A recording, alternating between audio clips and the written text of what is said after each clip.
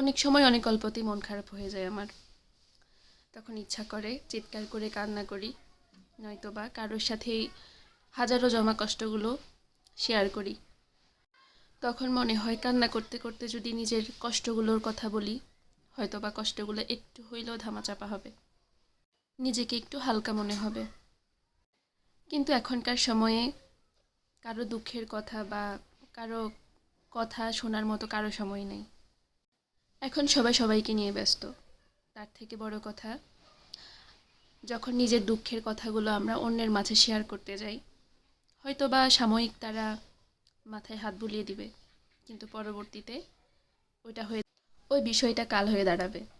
যখন কোনো ভালো মুহূর্ত হোক বা খারাপ মুহূর্ত হোক, ওই খারাপ কথা বা যে কথাটা বলে হালকা মনে হয়েছে ওই কথাটা বলে বারবার ছোট করবে।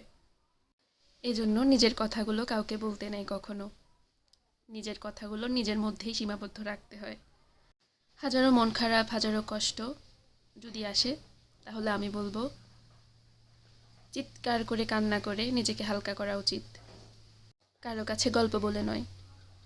তাহলে নিজের আত্মসম্মানটা একটু হলেও বাঁচবে। অনেক কথা বলে নিয়েছি আপনাদের সাথে, মেইন কথায় আসি। বাজার থেকে শালগম নিয়ে আসছে। শালগম আমার অনেক বেশি পছন্দ। এটা মাছ দিয়ে খেতে বেশ ভালো লাগে। এদিন খুবই তাড়াহুড়ো ছিল, তাড়াহুড়ো করে কাটাকাটি করতে খুবই ঝামেলা। আর বাড়িতে আসার পর প্রথম শালগম খাওয়া আর রান্নার দায়িত্বটাও আমার ছিল। এটা দেখে বেশ ভালোই লেগেছে। এভাবে করে শালগম না কাটলে আমার একদমই খেতে ভালো লাগে না, তাহলে মনে হয় যে রান্না করলেও মজা হয় না। পরে শালগম কাটাকুটার পর এটাকে ধুয়ে রান্না করতে চলে গেছি। এটা রান্না করেছিলাম রুই মাছ দিয়ে, পাতলা ঝোল হবে।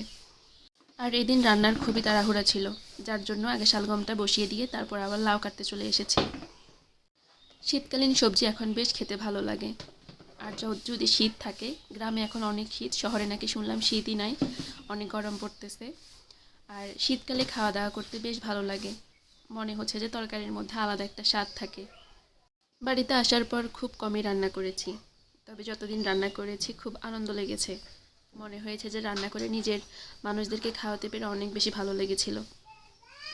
তো এদিকে লাউ কাটা শেষ, আর লাউ কাটতে কাটতে আমার চা খাওয়াও শেষ। এই চাটা আমার জীবনের অনেক গুরুত্বপূর্ণ একটা অংশ, যেটা ছাড়া আমি একদমই অচল। তো এদিকে আমার চা খাওয়া শেষ, এখন লাউ রান্না করব মাছের মাথা দিয়ে। লাউটা অলরেডি বসিয়ে দিয়েছি।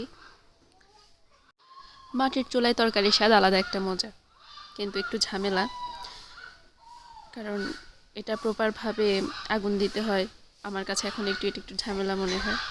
তো এদিকে আমার মাছ রান্না শেষ। এখন মাছে বা কোনো তরকারিতে যদি ধনিয়া পাতা না দেওয়া হয়, আমার এখন একদমই ভালো লাগে না। শীতকালে হচ্ছে ধনিয়া পাতাটা মেইন পার্ট, এটা দিলে বেশ ভালো লাগে খেতে। তো আজকের ভিডিওটা আপনাদের কেমন লেগেছে সেটা অবশ্যই কমেন্ট করে জানাবেন। আজ এ পর্যন্তই, সবাই ভালো থাকবেন, দেখা হবে পরের ভিডিওতে।